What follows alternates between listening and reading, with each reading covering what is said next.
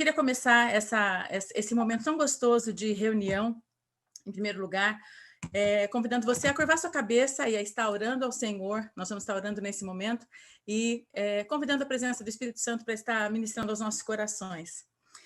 Pai querido, muito obrigado pela oportunidade de estarmos aqui nesse final de dia, nesse início de Shabat, Senhor Deus, na tua presença, como igreja, reunidos, como igreja estendida, Senhor Deus, reunidos em vários lugares, não apenas no Brasil, aqui na Flórida, nos Estados Unidos, mas em outros lugares mais. Pai, nós sabemos que não apenas nós, mas muitos outros irmãos também estão reunidos, Senhor Deus, em muitas partes do mundo, nesse momento, nessa viração do dia, cada um no seu fuso horário, Senhor Deus, se preparando para esse tempo tão especial que o Senhor preparou para as nossas vidas, para as nossas almas, para as nossas famílias, de descanso, de renovo, de restauração, de meditação na palavra, e nós queremos te agradecer, porque o Senhor é um Deus maravilhoso, o Senhor é um Deus bom, um Deus que cuida de nós em todos os detalhes, Senhor Deus, e nós te agradecemos pelo cuidado do Senhor. Muito obrigado. Abençoa este dia, abençoa este sábado, abençoa esse final de semana para cada um de nós, Senhor Deus.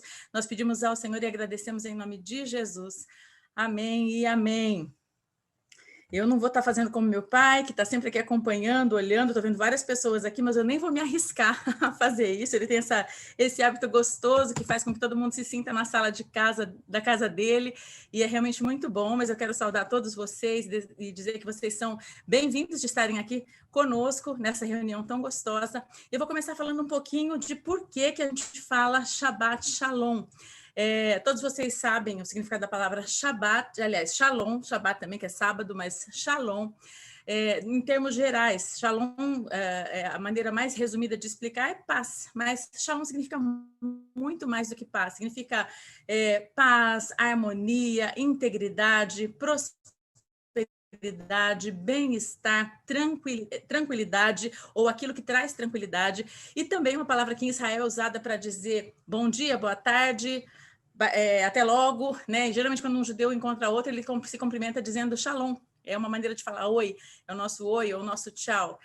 E lá em Israel, para quem teve a oportunidade de estar lá, vocês sabem que na sexta-feira pela manhã, os judeus começam a se saudar dizendo Shabbat Shalom. Eu fiz hebraico na Unicamp por 3 anos, e a minha professora era professora de cultura e língua, e ela contava um pouquinho da cultura, e ela dizia que quando começa a sexta-feira, porque o Shabbat inicia às 6, meio-dia em Israel, você vê que tudo já começa a parar. As pessoas que lá tem muitos cristãos, uma comunidade cristã muito grande, uma comunidade árabe muito grande, e para cada um existe o seu dia santo, o seu dia separado. Então, sexta-feira, sábado e domingo são dias que sempre tem algum comércio fechado, são regiões, especialmente na Jerusalém, na cidade antiga de Jerusalém, você vê bem essa distinção, porque os mercados são fechados, né?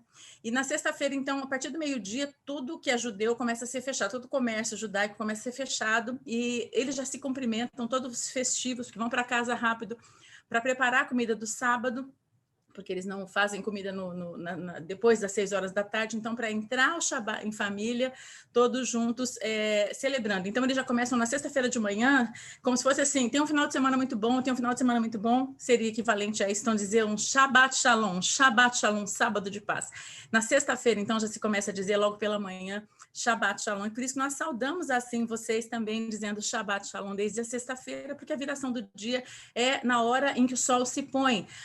Na cultura judaica antiga não tinha relógio, então quando a primeira estrela no céu aparecia, era o horário que iniciava um novo dia, às 12 horas da noite e às 12 horas do dia. Então, estava iniciando um novo dia a partir das 6 horas da tarde, por isso, então, essa tradição de se dizer desde a sexta-feira de manhã, Shabbat Shalom. Eu vou estar falando sobre o Shabat, sobre o sábado. Inclusive, ovelhas minhas também têm curiosidade a respeito da importância da guarda do sábado. A gente fala tanto sobre isso e muitas pessoas têm dúvidas, né? Nós somos uma igreja que guarda sábado, nós guardamos o sábado. Qual a forma de guardar o sábado? É o domingo, é o sábado? Por que teve essa separação? Eu gosto muito de estudar, porque meu chamado é para Israel. Quem me conhece bastante tempo, aliás, desde menina, desde a adolescência, quando Deus me chamou para o ministério, ele colocou no meu coração a nação de Israel, e todos esses anos em que eu muitas vezes tentei ir para lá, através da faculdade e outras outras possibilidades, mas ele nunca permitiu. Sempre algo aconteceu para que as portas fossem fechadas, e eu tenho entendido da parte do Senhor que é porque lá, todos que estão lá amam e entendem, e do lado do lado de fora, né, da nação de Israel, muitos têm curiosidade de entender e muitos ainda precisam aprender um pouco mais sobre a nação, sobre o povo, sobre a lei, para aprender a amar e aprender a compreender. Então, eu creio que um pouco disso é entender o que a palavra de Deus nos fala do povo do livro que nós lemos e cremos, de onde vem o nosso Messias, o Senhor Jesus, que é chamado em Israel de Yeshua, em hebraico, na verdade, Yeshua. Quero falar, então, sobre o sétimo dia, sobre o Shabat, sobre o sábado. A palavra sábado, ou Shabat, significa descanso, cessação, repouso, interrupção. É isso que se refere a essa parada na semana que nós chamamos de sábado. É um dia que na cultura judaica ou na Bíblia, no Antigo Testamento, era dedicado para a oração, para o descanso, e a tradição vem desde o Gênesis, quando Deus determinou ali na criação do mundo que esse dia era um dia santificado, um dia de descanso. A gente lê isso lá em Gênesis 2, nos versos 1 a 3, a gente vai ler daqui a pouquinho. Portanto, tinha sido dado ali no Éden esse estabelecimento para que o homem descansasse no último dia da semana, no sétimo dia. A gente aprende lá nesse texto, a gente vai abrir para ler Gênesis, abre a sua Bíblia para ler Gênesis 2, de 1 a 3. Vou esperar só um segundinho. Gênesis 2, de 1 a 3. Eu vou ler aqui na versão NVI.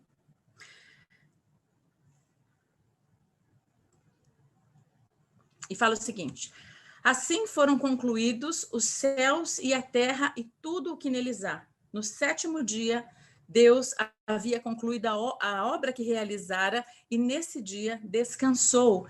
E abençoou Deus o sétimo dia e o santificou, porque nele descansou de toda a obra que realizara na criação. Vou ler mais uma vez. Assim foram concluídos os céus e a terra e tudo o que neles há. No sétimo dia, Deus já havia concluído a obra que realizara e nesse dia descansou.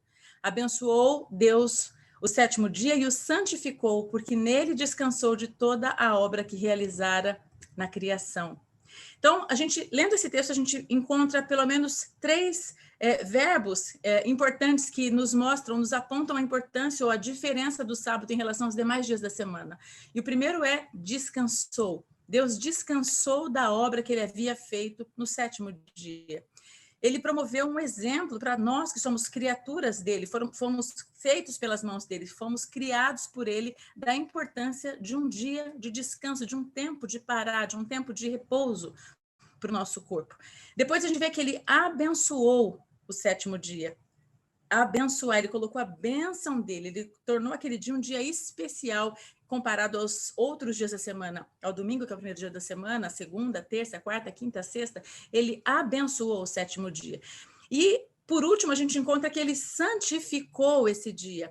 Aquilo que ele santifica, que significa separar, é algo que é colocado à parte, é algo que não se mistura com as outras coisas. Então, Deus santificou o sábado e ele tornou esse dia um dia sagrado. A santificação do sábado. Então, a gente, passando rapidamente, a gente vê que Deus, primeiro, descansou. Ele mostrou para nós que depois de haver feito toda a obra da criação, ele tirou um tempo de descanso. Não creio que Deus literalmente descansou, porque Deus não creio nem que ele se cansa. Mas ele descansou daquela atividade. Ele não continuou fazendo aquilo, ele colocou uma pausa entre a criação. Depois da criação, para um período em que se iniciava uma outra coisa. A sequência do mundo iniciava a partir do dia seguinte. Deus falou, o sétimo dia é o dia de descanso. Depois a gente vê que ele abençoou aquele dia e, por último, ele também santificou aquele dia. Ele tornou um dia separado, um dia santo. Depois disso, a gente encontra na lei um estabelecimento que confirma aquilo que havia acontecido no Gênesis. A gente encontra... lá em lá em Êxodo 20, a gente encontra, lembra-te, Êxodo 20, versículo 8 e seguintes, lembra-te do dia do sábado para o santificar. 6 dias trabalharás e farás toda a tua obra, mas o sétimo dia é sábado do Senhor.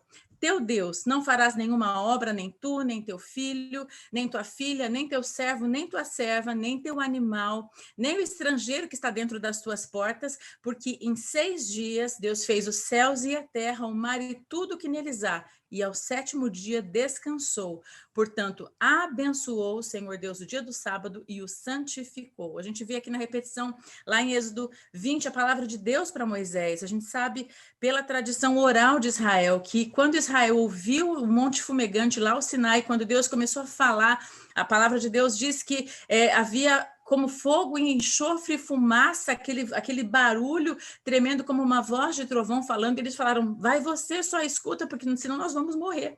É muito, muito forte, a visão é muito estarrecedora, é tremenda, mas essas palavras, em hebraico não fala que foram textos inteiros, mas foram palavras, são 10 palavras ou 10 falas. Essas 10 falas Israel escutou, e essa é a quarta, é o quarto mandamento. Lembra-te do dia do sábado para o santificar. E aí, quando na sequência a gente encontra, a gente segue, fala de Deus para o povo de Israel, naquele momento no deserto, que até os estrangeiros, os filhos, os homens e mulheres, ele fala servo e serva, filho e filha, animais também, estrangeiros na tua casa, todos vão descansar. Por quê? Volta a referência lá para o Gênesis dizendo, porque Deus criou o mundo e tudo que neles há, em 6 dias, e no 7º ele descansou, e depois ele abençoou, e então ele santificou, ele separou esse dia para ser um dia especial. E eu queria parar para pensar um pouquinho aqui na lei, porque lá em Êxodo 20 nós encontramos essas 10 falas, ou esses 10 mandamentos, como algo que é chamado de lei moral de Deus. Eu pesquisei bastante a respeito para poder falar de maneira resumida, é muito extenso o assunto, mas de maneira bem resumida, a lei cerimonial é aquela lei que fala sobre as práticas e costumes do povo de Israel. Deus colocou marcas, como meu pai ensina, assim com muita propriedade, em muitas ocasiões, muitos seminários, falando que o povo de Israel tem uma marca no tempo, uma marca na roupa, uma marca alimentar, tem vários, tem o Shabat, tem a roupa, tem o alimento kosher, várias coisas que distinguem aquela nação das outras nações. Isso Deus estabeleceu no Israel antigo para que Israel fosse distinto das demais nações, que tinham práticas específicas. Deus estabeleceu aquele povo como nação e deu para eles mandamentos para que eles se distinguissem das outras nações. Ele estava levantando um povo que era sacerdotal, um povo que tinha características de separação, um povo que era santo. Santo é separado, eu sempre falo isso, não é algo que algo que a gente imagina totalmente fora da nossa possibilidade de alcance, senão Deus não nos diria sede santos, porque eu sou santo. Mas para nós sermos separados nas nossas práticas, naquilo que o mundo faz, que é comum e que não é agradável a Deus e que nós não devemos fazer, quando nós abandonamos essas práticas, nós estamos nos santificando, nós estamos nos separando. A palavra santo significa separado. E Deus separou o povo de Israel para viver de uma maneira diferenciada, viver de uma maneira que mostrasse para as outras nações que eles serviam ao único Deus, a um Deus genuíno, a um Deus vivo, a um Deus santo, a um Deus separado. E por isso ele estabeleceu práticas alimentares, que eram práticas saudáveis. Eu sou advogada, fiz direito antigo, e quando eu estudei direito antigo, o meu professor, que era uma pessoa não religiosa, ele dizia que impressionava a habilidade de Moisés ao estabelecer o que é chamado de estatuto, a lei mosaica, porque ele estabeleceu coisas que eram desconhecidas da ciência naquele momento, como não se alimentar de peixes de escama, que não tem escama, e hoje se sabe que os peixes que não têm escama tem toxinas na carne, então não é tão saudável, embora a ciência hoje consegue limpar ou manter em cativeiro, fazer uma criação diferente para que esses animais possam ser mais saudáveis. Quando Deus estabeleceu que os animais que não fossem de pata fundida ou que não ruminassem, não pudessem ser comidos, e algumas outras características mais, são animais que retêm toxinas, que têm carne nociva, que têm algum prejuízo para a nossa saúde, como o porco. Hoje nós sabemos que não o porco que é criado para abate, mas o porco criado solto, ele tem perigos, ele tem vermes que podem chegar no cérebro, podem causar doenças terríveis para nós. Então, tudo aquilo que Deus estabeleceu foi a primeira nação nação que teve lei sanitária de enterrar as fezes, os dejetos, para que não houvesse contaminação da própria saúde das pessoas, não houvesse pessoas com fluxo no meio dos outros, para não gerar contaminação. Então, toda a lei cerimonial, ela não era algo também estabelecido de maneira avulsa. Deus falou, vou fazer isso porque eu quero que vocês sigam simplesmente normatizações que eu estabeleci. Tudo tinha um propósito, tudo tinha um significado. Se eu fosse falar só sobre as leis que Deus estabeleceu, nós ficaríamos aqui horas e horas falando, porque tem muitos detalhes específicos, leis trabalhistas, leis de relacionamento com o vizinho, leis em relação à retribuição, a compensação por coisas que foram perdidas, quebradas, animais que foram mortos, várias penas, as cidades refúgio para aqueles que cometeram crime de assassinato, por exemplo, que não eram culpados, o crime que não tem a intenção, não é um crime omissivo, que houve, aliás, um crime doloso, onde teve a intenção de assassinar, então tinha refúgio para que não fosse vingado. Deus foi estabelecendo leis muito específicas que tornaram a nação com um padrão muito elevado. Quando a gente olha para a lei moral de Deus, que é resumida dentro dos 10 mandamentos, a gente encontra, eu vou ler de maneira bem resumida para você, lá no Êxodo 20, não terás outros deuses diante de mim, não farás para ti imagem de escultura de qualquer coisa no céu, na terra, debaixo da terra, não te prostrarás perante essas imagens. Vou para o terceiro mandamento, não tomarás o nome do Senhor teu Deus em vão. Quarto, lembra-te do dia do sábado para o santificar. O quinto, honra teu pai e tua mãe para que se prolonguem os seus dias na terra que o Senhor teu Deus te dá. O primeiro mandamento com promessa. Faça isso para quê, né? Para que você viva muito, honra teu pai e tua mãe. Sexto, não matarás. Sétimo, não adulterarás. Oitavo, não furtarás, não roubarás. O nono, não dirás falso testemunho contra o teu próximo. Você não vai mentir a respeito de alguém, dizer que ele fez uma coisa que ele não fez para incriminá-lo. O décimo, não cobiçarás, você não vai ter inveja das coisas do teu próximo, nem da mulher, nem dos servos, nem das servas, nem do boi, nem de coisa alguma que lhe pertence. Quando a gente pega essa lei moral, quando a gente separa só o sábado dessa lei, a gente fala, toda essa lei deve ser cumprida, mas o sábado não, porque o oitavo dia, ou o primeiro dia da semana é o dia do Senhor. Soa distonante isso para aquilo que é padrão de Deus estabelecido. E a gente vai chegar lá na frente um pouquinho mais adiante para entender o porquê que Deus permitiu que nós praticássemos de uma maneira diferente a guarda de um dia para adorá-lo, para cultuá-lo, mas foi estabelecido por ele 10 princípios que Jesus resume em 2, quando os fariseus perguntam para ele, Senhor, quando Jesus fala assim, vocês sabem qual a lei de Deus, como se resume toda a lei, e eles falam, amarás o Senhor teu Deus sobre todas as coisas e ao teu próximo como a ti mesmo. Por que ele resumiu a lei? Eles resumiram a lei dessa forma. Israel sabia, porque as quatro primeiras ordenanças, os quatro primeiros mandamentos dizem a respeito de Deus, não ter outros deuses, não fazer ídolo, imagem, escultura, nem se prostrar diante de nada, não tomar o nome do Senhor teu Deus em vão e guardar um dia de descanso para ele. O dia santificado. Depois é com relação ao próximo. Honrar o pai e a mãe, não matar, não roubar, não furtar, não adulterar, não dizer falso testemunho, não cobiçar. Ou seja, tudo relacionado ao próximo. Se eu amo a Deus acima de todas as coisas, eu não vou fazer nada contra Deus. Desculpa se eu estiver falando rápido. Devo estar falando rápido, porque eu falo rápido normalmente. E as outras 6 normatizações, as outras 6 falas, dizem com respeito ao próximo, ao pai e à mãe e ao próximo. Então, se você ama o seu pai e a sua mãe, se você ama o seu próximo, você não vai roubar, você não vai matar, você não vai furtar, adulterar. Ou seja, tudo que Deus estabeleceu pode ser resumido dessas 2 formas.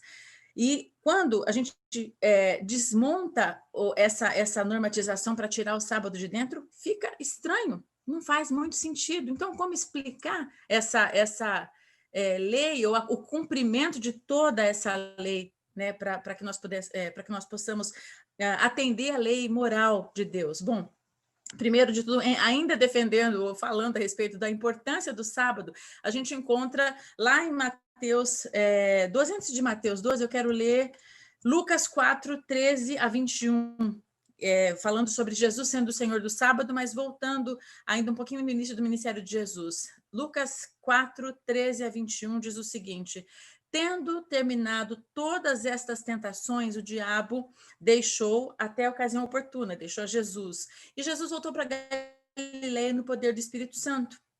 E por toda aquela região se espalhou a sua fama. Ensinava nas sinagogas e todos o elogiavam. E ele foi a Nazaré, onde havia sido criado, e no dia de sábado entrou na sinagoga como era seu costume. Então, a gente entende aqui que Jesus, como era de costume dele, no sábado, foi para a sinagoga.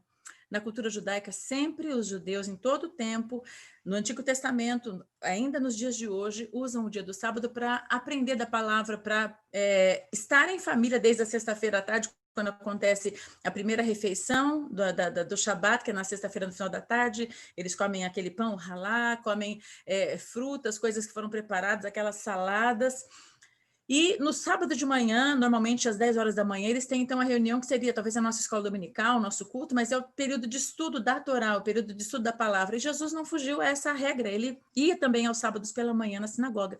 E aí foi entregue o livro de Isaías, ele abriu o rolo e ele leu aquele texto de Isaías que diz: o Espírito do Senhor está sobre mim, Isaías 61, de 1 a 3, porque ele me ungiu. Na verdade, estou lendo Lucas 4, 13 a 21, e estou dizendo que Jesus leu no rolo o texto que nós encontramos hoje em Isaías 61, de 1 a 3, que diz o seguinte: o Espírito do Senhor está sobre mim, porque ele me ungiu para pregar boas novas aos pobres. Ele me enviou para proclamar liberdade aos presos e recuperação da vista aos cegos, para libertar os oprimidos e proclamar o ano da graça do Senhor. Então ele fechou o livro, devolveu ao assistente, sentou-se na sinagoga, todos estavam com os olhos nele, e ele começou a dizer-lhes: hoje se cumpriu a escritura que vocês acabaram de ouvir. Jesus estava ensinando ao povo de Israel que ele era o cumprimento daquilo que havia sido profetizado pelo profeta Isaías. E a gente encontra lá em Marcos 2, 27 a 28, especialmente no versículo... no versículo 27 e 28 diz o seguinte: o sábado foi feito por causa do homem e não o homem por causa do sábado.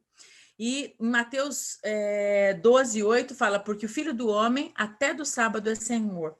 Esses textos, Jesus está dizendo para os homens que estão questionando ele, porque ele efetuava curas, porque ele efetuava milagres aos sábados. Numa certa ocasião, por que os servos dele, aliás, os discípulos dele, desculpe, estavam colhendo espigas de milho para comer em pleno sábado, porque pela lei eles não podiam, pela lei estabelecida através da tradição, não que a gente não encontra nenhum texto bíblico que proíba alguém de colher alguma coisa ou de fazer algo que seja para se alimentar, mas para exercer trabalho, para ter aquele tempo de descanso. Então a lei, ela se tornou, a prática costumeira da lei se tornou tão rigorosa que nem mesmo em momento de fome alguém podia comer. Então Jesus falou assim: mas como assim, se Davi, quando ele estava voltando de batalha, ele comeu do pão da preposição com seus soldados, e Davi, então ele quebrou o sábado. Ele estava mostrando que a importância do sábado era assim descansar, mas que tinha uma prioridade. Ele fala assim que o homem foi feito por causa aliás, o sábado foi feito por causa do homem e não o homem por causa do sábado. Então não era para tornar aquilo tão pesado que fosse impossível de se cumprir, não era para deixar de fazer o bem. Ele falou: quem entre vós, um animal cair no buraco, não vai tirar do buraco porque é sábado? Não tem sentido, né? Jesus estava ensinando, então, que aquelas pessoas pudessem compreender a maneira correta de se guardar esse dia, com alegria, de uma maneira leve, não pesada, sem o legalismo, sem o tradicionalismo que existia na tradição do povo de Israel, daquele período. Uma má interpretação que foi sendo consolidada através dos fariseus, que eram estudiosos da lei, a prática daqueles religiosos, os mestres da lei, e eles faziam, então, um peso muito grande para a prática, para a guarda desse dia. E Jesus está dizendo: não é para ser dessa forma. O sábado foi feito por causa do homem, não o contrário. Então, o Shabat é para ser um dia de comunhão com Deus, um dia de comunhão com a família, um dia de descanso, um dia leve, um dia dele, não é um dia de peso. Bom, depois disso a gente encontra também ainda no Antigo Testamento, lá em Isaías, no capítulo 56, versos 1 a 7, e eu gosto desse texto bastante porque a gente até agora está falando só sobre Israel, a lei que Deus primeiramente estabeleceu em Gênesis, a guarda do dia do descanso, lá na criação do mundo. Mas depois a gente vai caminhando e cai dentro da cultura de Israel, do povo de Israel, Abraão e a toda a descendência.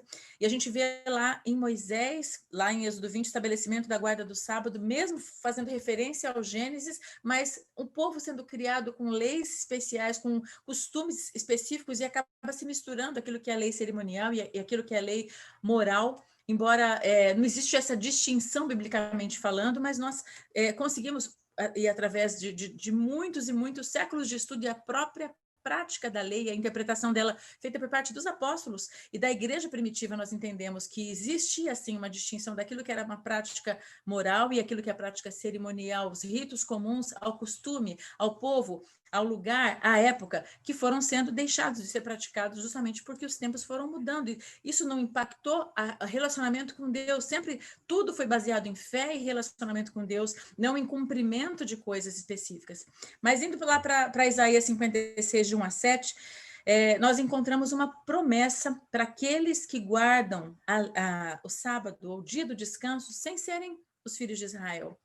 E eu quero fazer vocês pensarem um pouquinho sobre isso. Vou ler para vocês o texto de Isaías 56, de 1 a 7, que diz o seguinte: assim diz o Senhor, mantende a retidão, fazei a justiça, porque a minha salvação está prestes a vir e a minha justiça a manifestar-se. De quem que o profeta está falando?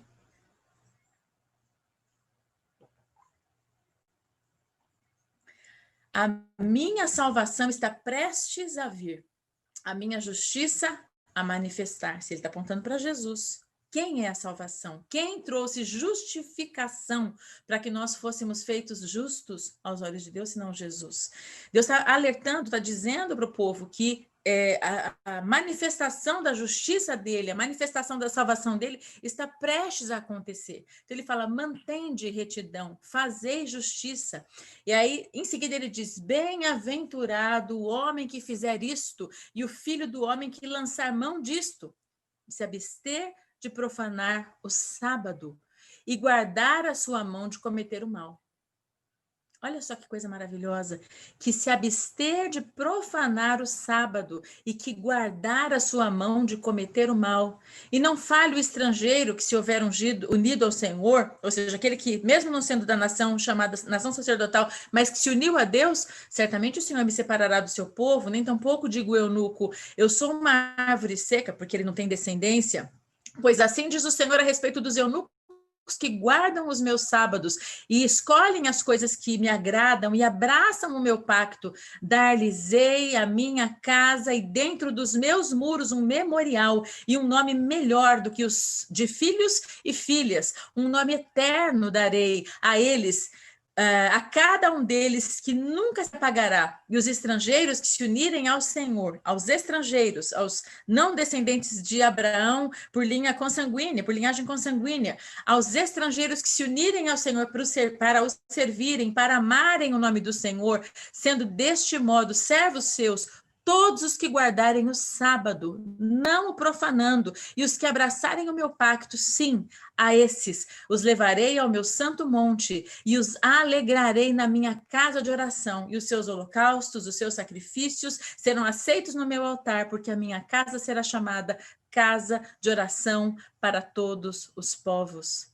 É interessante pensar que Isaías, ele viveu entre 550 e 539 a.C., mais ou menos 550 anos antes de Jesus. Se hoje nós vivemos no 6º milênio, tinham se passado já 3.500 anos antes da manifestação de Isaías e todo aquele período de pessoas que já haviam vivido, Deus deixou para alertar nos últimos 500 anos antes da vinda de Jesus, aqueles que não eram judeus, que se eles guardassem o sábado, eles seriam abençoados. Será?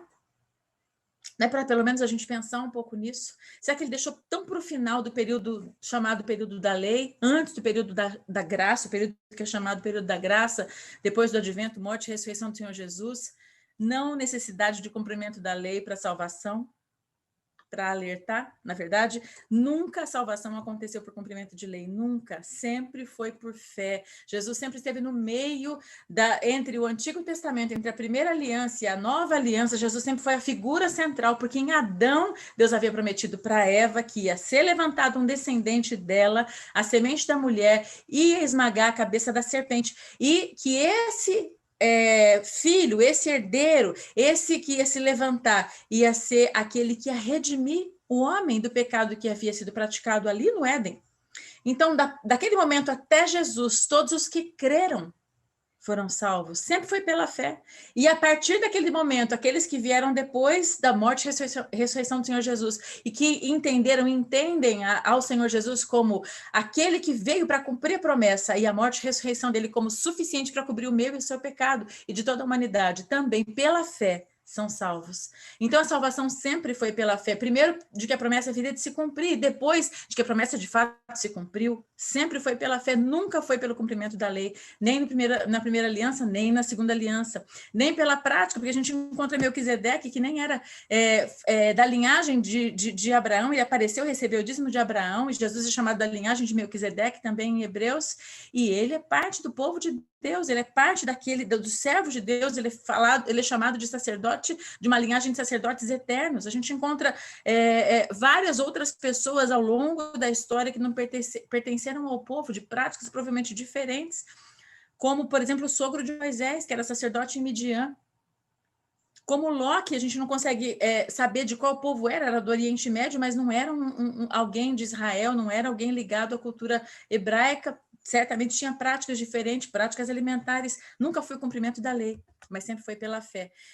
E essa bênção que está sendo reservada, me parece que é para alcançar todos, de todo tempo, de toda geração, porque é algo que parece eterno, algo que parece que ultrapassa o período da morte e ressurreição do Senhor Jesus, mas todo aquele que é gentil e que voltar os olhos para guardar o sábado, para ter esse dia de descanso como dia do Senhor, esse vai receber uma bênção, vai estar sendo honrado pelo Senhor, vai estar sendo abençoado pelo Senhor. Finalmente, sábado fala de milênio. Finalmente, dentro dessa linha aqui, mas tem bastante coisa para a gente falar sobre isso, porque eu quero depois falar sobre o dia do Senhor. Mas, finalmente, o sábado também aponta para o milênio. Lá em Isaías ainda, no capítulo 2, versículo 1 a 4, a gente encontra aqui: foi isso que Isaías, filho de Amós, viu a respeito de Judá e de Jerusalém. Nos últimos dias, no monte do templo do Senhor será estabelecido como principal e será elevado acima das colinas, e todas as nações correrão para ele. Isso ainda não aconteceu. Virão muitos povos e dirão: venham, subamos ao monte do Senhor, ao templo do Deus de Jacó, para que ele nos ensine os seus caminhos, e assim andemos em suas veredas.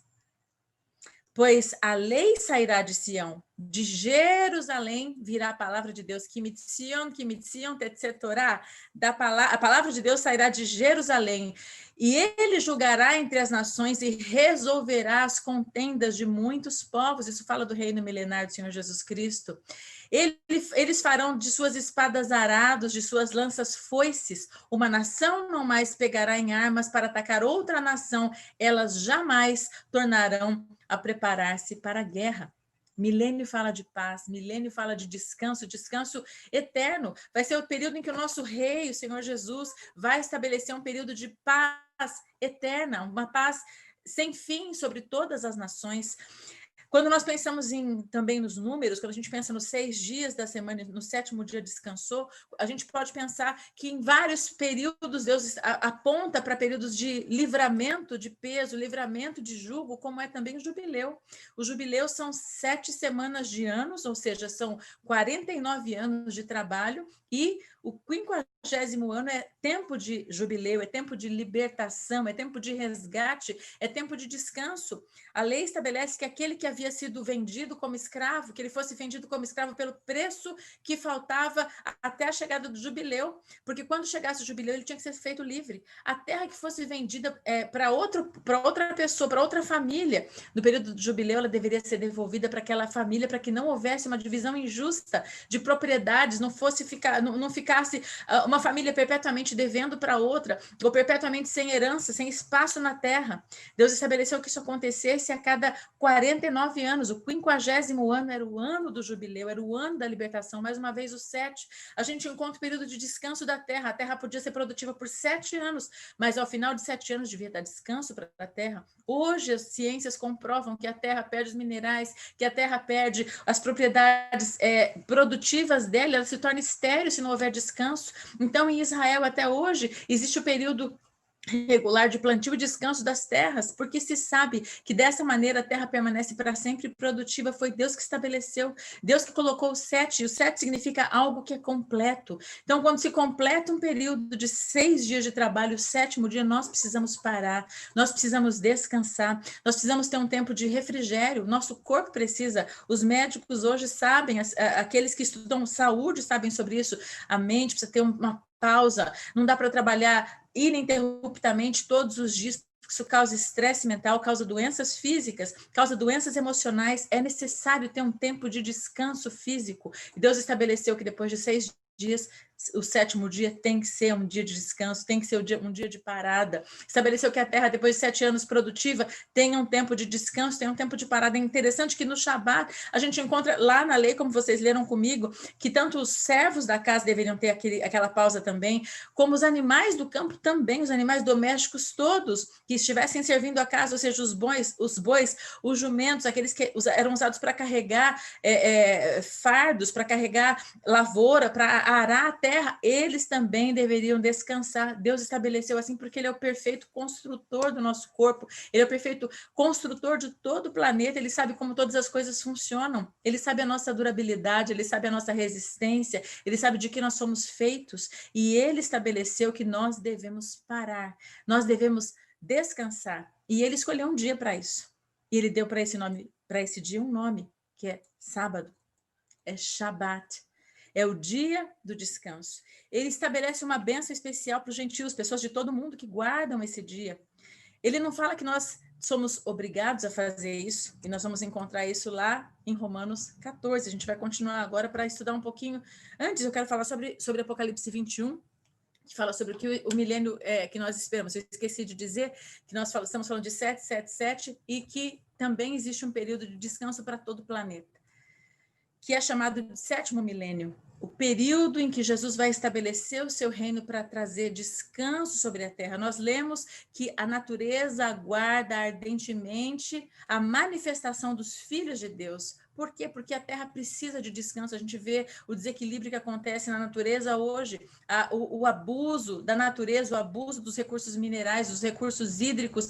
A gente vê o abuso de queimadas, morte de animais, o cultivo inadequado de sementes misturadas com produtos agrotóxicos que trazem talvez mais durabilidade para a semente, mais doenças para o nosso corpo e que também trazem contaminação para o nosso solo, dejetos de líquidos, de produtos químicos nos nossos rios, matando peixes, trazendo doenças para o nosso organismo, a poluição dos ares. Diversas coisas têm sido feitas de maneira abusiva e têm trazido desgraça para a natureza. E a natureza clama ardentemente, aguardando a manifestação dos filhos de Deus. E quem são os filhos de Deus? Somos nós. E só poderemos estabelecer esse reinado de paz e justiça com o Senhor Jesus, como a Bíblia fala que acontecerá quando Ele vier estabelecer de Jerusalém o reinado, e todas as nações vão ser regradas. Ele vai falar assim: vocês tiveram 6.000 anos de domínio sobre o planeta e agora eu vou ensinar como era para acontecer, sem guerras, sem abuso da natureza, sem abuso de pessoas, com divisão igualitária de tudo que existe, porque é para o benefício de todos. Não é para um ou para alguns, mas é para todos. Lá em Apocalipse 21, a gente vê mais um pequeno retrato do novo céu e da nova terra, que diz o seguinte: então eu vi um novo céu e uma nova terra, pois o primeiro céu e a primeira terra tinham passado, e o mar já não existia. Vi a cidade santa, a nova Jerusalém, que descia do céu da parte de Deus, preparada como uma noiva adornada para o seu marido. Ouvi uma voz forte que vinha do trono e dizia: agora o tabernáculo de Deus está com os homens, com os quais ele viverá. É isso que fala a festa de tabernáculos, Deus vindo tabernacular conosco para sempre. Eles serão seu povo, o próprio Deus estará com eles e será o seu Deus, e ele enxugará toda lágrima. Não haverá mais morte, nem tristeza, nem choro, nem dor, pois a antiga ordem já passou. Quem pode imaginar um descanso maior do que esse, sem dor, sem morte, sem pecado, sem sofrimento, sem tristeza? Deus habitando entre nós e um mundo perfeito, todo sendo julgado, reinado, liderado pelo próprio Senhor Jesus, que é o nosso Salvador amado. É inimaginável embora a gente tenha uma expectativa imensa, eu creio que a nossa mente é incapaz de imaginar. E nos últimos versículos fala, as nações andarão em sua luz e os reis da terra lhe trarão a sua glória. Suas portas jamais se fecharão de dia, pois ali não haverá noite. A glória e a honra das nações lhe serão trazidas. Nela jamais entrará algo impuro, nem ninguém que pratique o que é vergonhoso ou enganoso, mas unicamente aqueles cujos nomes estão escritos no livro da vida do Cordeiro. O sábado é um reflexo do Shabat. Quando nós paramos para descansar no 7º dia, quando nós respeitamos o tempo que Deus estabeleceu para o nosso organismo, nós estamos também declarando que cremos que Ele é o Deus Criador, que um dia vai nos dar o reinado eterno, o milênio, o período de reinado para o descanso eterno das nossas almas. Não é estarmos dormindo, parados, repousando, não creio. Eu creio que no milênio a gente vai ter muitas coisas para fazer, vai ser ativo, porque Deus é dinâmico, mas eu creio que não vai ter nada disso que a gente viu ali agora. Morte, tristeza, enfermidade, doença, a gente vai ter plenitude de vida. Vamos ter toda a energia, todo o vigor para adorar o Senhor e para fazer tudo que nós amamos fazer com Ele, porque reinaremos com Cristo, a palavra de Deus fala, em alegria e perfeita paz. Bom, isso posto, tudo isso que foi dito, eu tenho certeza que pode te falar, puxa, então realmente sábado é um dia especial. O que aconteceu? Né? Onde foi que a coisa parou? E por que nós fazemos de uma maneira diferente? É pecado não guardar o sábado? Tem pessoas que não guardam, tem pessoas que guardam. Eu aprendi na minha igreja, eu aprendi com o meu pastor, ouvi falar em algum lugar que o domingo se tornou o dia do Senhor.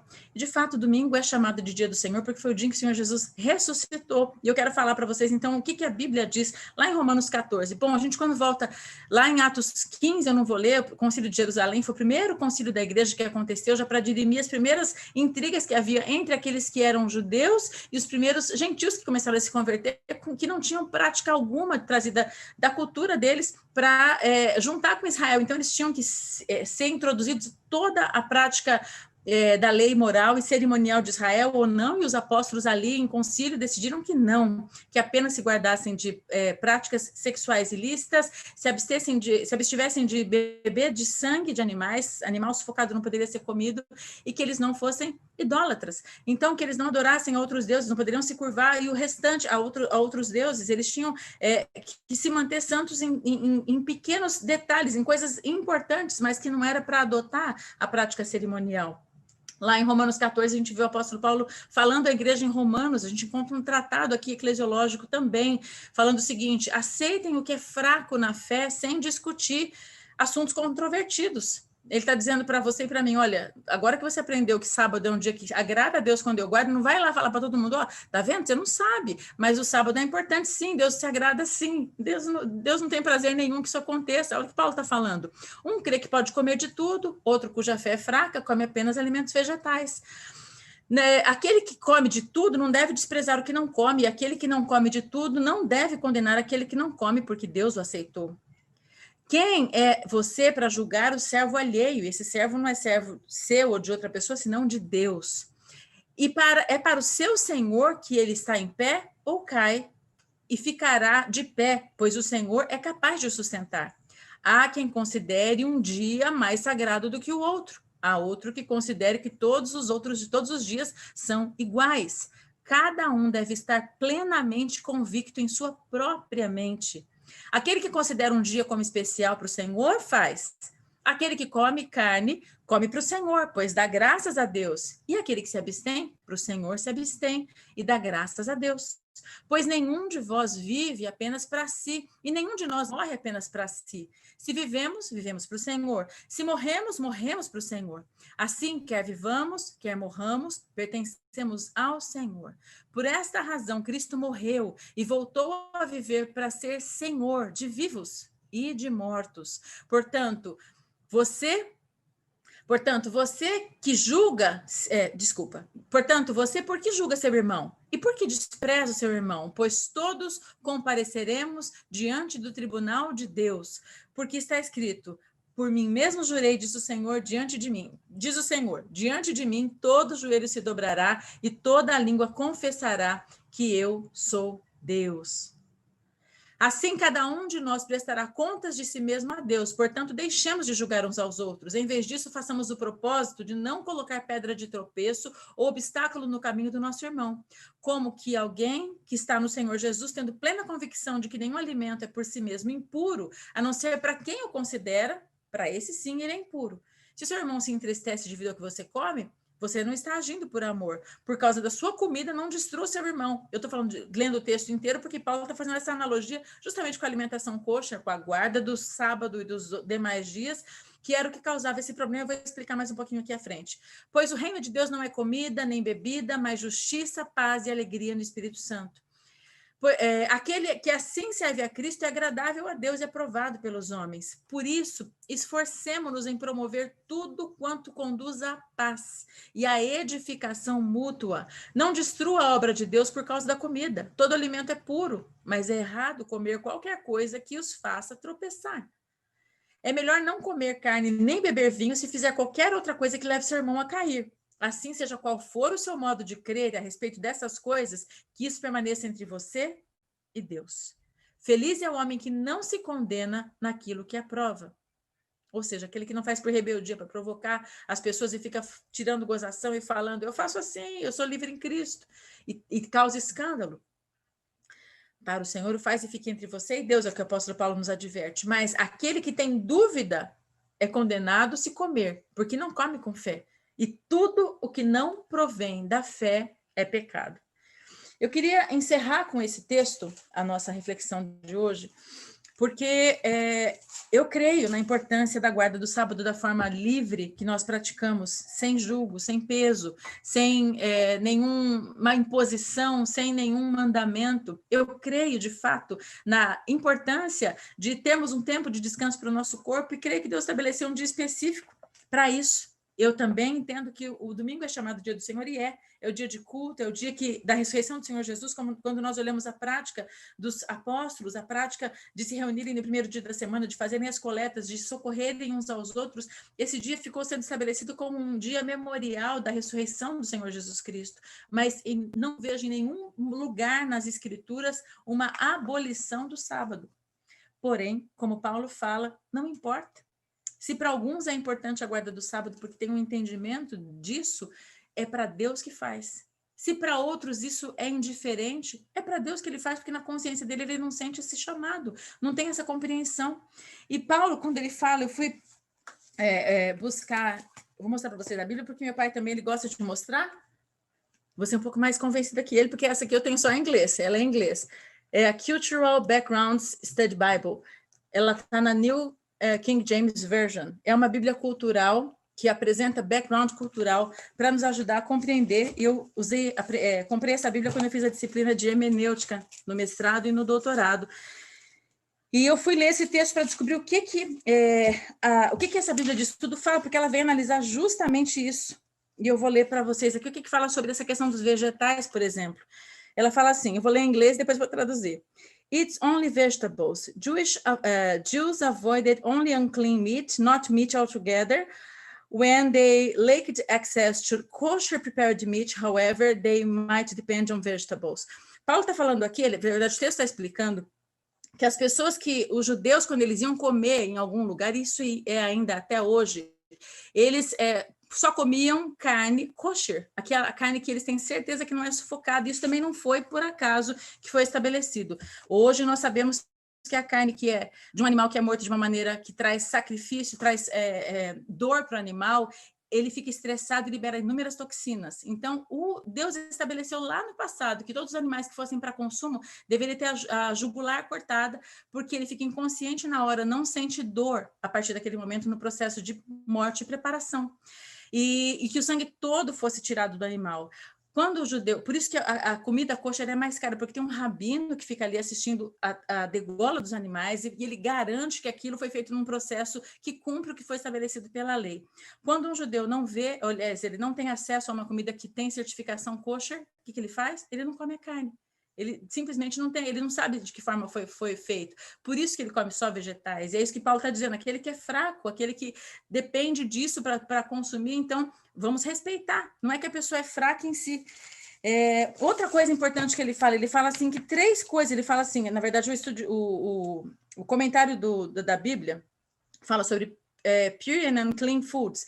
3 práticas judaicas são sempre questionadas em toda a história. Uma delas é a circuncisão, outra delas são as práticas alimentares e a outra os dias santos, ou seja, a guarda do sábado. Essas 3 práticas eram as práticas que causaram esses problemas de divisão na igreja primitiva. E Paulo está falando, não é para ter guerra entre vocês, porque como nós sabemos, a igreja primitiva ela foi fundada primeiro por judeus. O Senhor Jesus era judeu e não porque Deus escolheu uma nação. Eu gosto muito de...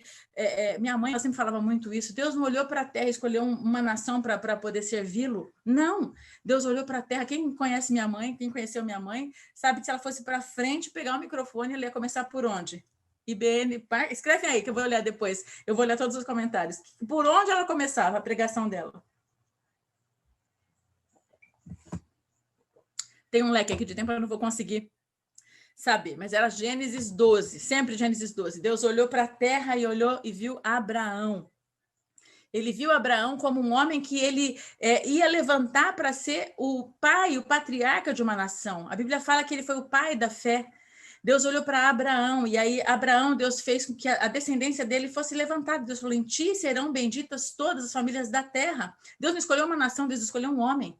E a descendência desse homem para se tornar uma nação sacerdotal, um povo separado, um povo santo, separado, santo, é a mesma coisa, para que eles pudessem ter práticas separadas, distintas das outras nações, alimentares, de costume, de direito, de justiça, para que dali pudesse ser levantado o Messias, aquele que fosse o Salvador do mundo. Então a escolha foi de um homem, não foi de uma nação inteira. A nação foi descendente desse homem, foi de uma linhagem, na verdade. A gente vem para a história de Jesus, a gente vem olhando de trás para frente, a gente vê uma linhagem toda separada, de onde ele foi chamada aquela descendência, para que dali fosse levantado. Eles foram chamados de nação sacerdotal, uma nação que representava o nome do próprio Deus. E depois, em Jesus, todos nós somos feitos filhos de Abraão, né? Eu gosto dessa imagem que se fala.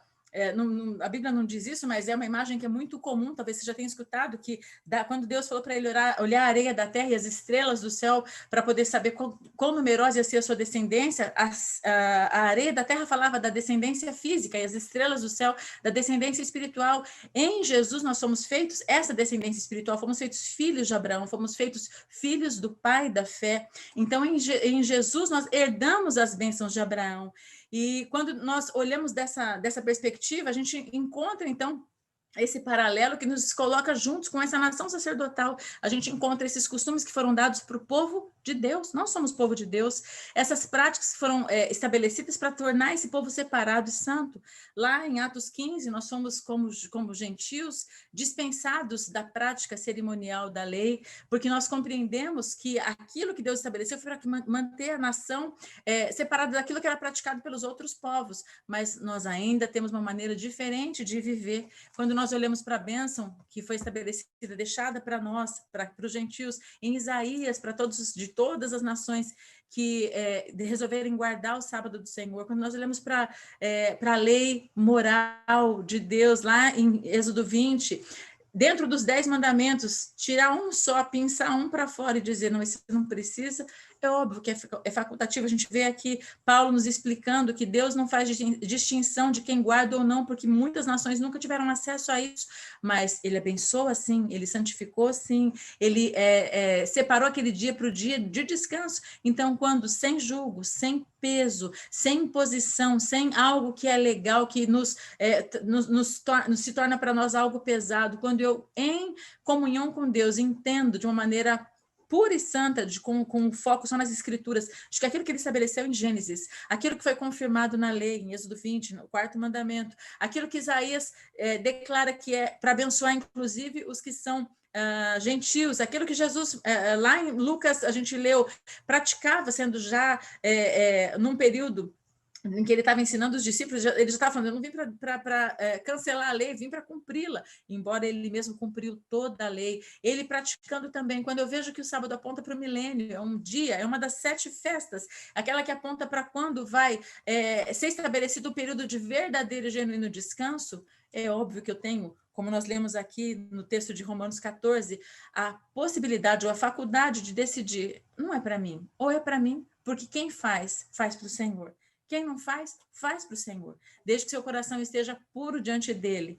Você não é obrigado a cumprir nada. Nós não estabelecemos nenhuma lei, não colocamos imposição sobre ninguém, nós não somos judaizantes de forma alguma, nós somos biblicistas. Quando nós estudamos um pouquinho de história da igreja, eu queria ter um pouquinho mais de tempo para falar, e acho que eu vou falar um pouquinho mais sobre como isso aconteceu. Eu tenho tanta coisa para assim, que eu pesquisei durante esse estudo para falar com vocês, e eu acho que eu posso falar só um pouquinho mais sobre o cristianismo primitivo. Por que houve essa desassociação de Israel, né? Os primeiros, eu gosto muito quando eu vou estudar qualquer coisa de doutrina, eu gosto muito de estudar pais da igreja, mas eu procuro recorrer mais à igreja primitiva. Sempre eu procuro recorrer ao pensamento apostólico. Sempre que possível, eu procuro os primeiros 300 anos, os primeiros 3 séculos após a ressurreição do Senhor Jesus Cristo, qual era a prática da igreja naquele momento, porque todos os períodos posteriores da igreja foram influenciados pelo período em que aquele pai da igreja viveu, embora sim foram visitados por Deus, embora também o Espírito Santo os usou para trazerem grandes compreensões, e por isso a gente encontra as denominações hoje, isso já é outro assunto diferente, mas eu quero ler para vocês um texto pequeno que eu separei, falando sobre o surgimento dessa distinção entre a igreja primitiva e as práticas posteriores, e foi, logicamente, no ano 300 e pouco, quando Constantino estabeleceu que a fé cristã era uma fé do império, uma fé imperial, e trouxe diversas mudanças. O cristianismo primitivo é uma etapa de aproximadamente 3 séculos, né, até o ano 300 e pouquinho, 325, quando houve o primeiro concílio de Nicéia, já no período de Constantino, e essa era chamada de era apostólica, ou período antiniceno, né, esse período em que foi a igreja primitiva, realmente, os primeiros líderes eram descendentes diretos, eram filhos diretos de pessoas que conheceram os apóstolos ou discípulos deles. A mensagem inicial do evangelho foi espalhada oralmente, provavelmente em aramaico. Os livros do Novo Testamento e Antigo Testamento, aliás, o Novo Testamento, ainda não eram ainda comuns, eram cartas que eram soltas. Então, qual era a Bíblia que eles liam? A Bíblia que eles liam era o Antigo Testamento. O que eles tinham acesso, quando a gente vê lá aquele texto que fala assim, toda a escritura divinamente inspirada, boa para redarguir, boa para ensinar, boa para corrigir. Quem está escrevendo essa carta? Que é o apóstolo Tiago, ele não está se referindo ao Novo Testamento ainda, embora eu creia na revelação e na bênção de toda a Escritura, na verdade, na revelação dela, ela foi entendida desde da constituição de todo o cânon, que é a Bíblia, como parte integrante da palavra de Deus, mas naquele momento que ele tinha nas mãos, era o Antigo Testamento, era a lei, os profetas, os livros históricos, e os livros sapienciais. Era essa divisão de toda a Taná, que é o Antigo Testamento inteiro. Os primeiros cristãos, então, eles eram judeus e também gentios convertidos, primeiro ao judaísmo, e depois foram sendo entendidos como judeus convertidos, ou judeus cristãos. Cornélio é o primeiro deles. Ao final do primeiro século, o cristianismo começou a ser conhecido como uma religião separada do judaísmo, como se fosse algo que fosse uma seita do judaísmo, e a gente vê isso logo no começo, quando a gente vê a perseguição contra Paulo, e Gamaliel fala assim, olha, se essa perseguição, aliás, se esses homens que são chamados do caminho, se isso que vem deles for dos homens, vai dissipar, mas se for de Deus, vai permanecer. Foi nesse período que o cânon do Novo Testamento foi desenvolvido, nesses primeiros 300 anos, as cartas de Paulo, os 4 evangelhos, as outras epístolas, além das epístolas paulinas, foram 3 epístolas paulinas, 8 epístolas gerais, mais os 4 evangelhos, e o livro de Atos, que é um livro histórico, e Apocalipse, que é o livro de revelação, escrito pelo apóstolo João. Então, essa composição toda foi feita e foi entendida como preciosa, porque ela foi escrita diretamente por apóstolos de Jesus e discípulos dele, e foi entendida como aquilo que trazia o entendimento a revelação da primeira aliança, porque foi Jesus que ensinou para eles, e a tradição foi feita, como a gente viu, foi passada, foi transmitida de maneira oral no início. Logo no começo, os cristãos sofreram perseguições e se recusavam, porque se adoravam a adorar deuses romanos, e eles foram então sendo separados, né, foram sendo perseguidos, mortos, aconteceu a diáspora, até que aconteceu então, após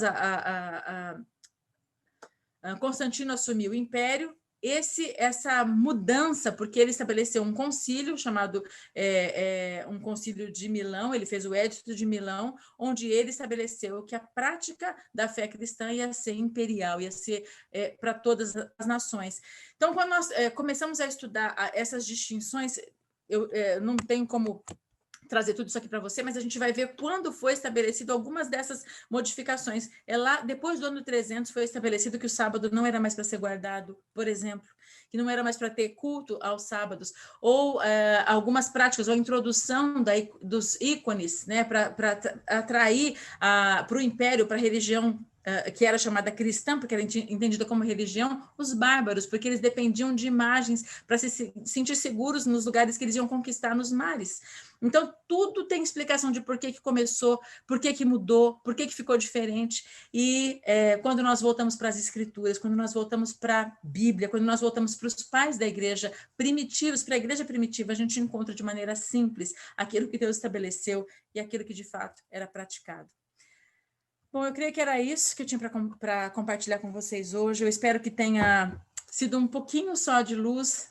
Eu sei que na semana que vem meu pai vai continuar de uma maneira mais leve, o meu estilo é mais estilo de aula, ele traz mais, de uma maneira bem suave, essa coisa do descanso, do sábado, do ensino, até porque ele usa os textos todos que são usados para falar cada semana, com também a revelação do Novo Testamento, do Antigo e do Novo Testamento. Isso é maravilhoso, realmente é um ensino precioso que nós temos tido a oportunidade de ter já há muitos anos e agora tem sido estendido através das mídias sociais para muitas outras pessoas.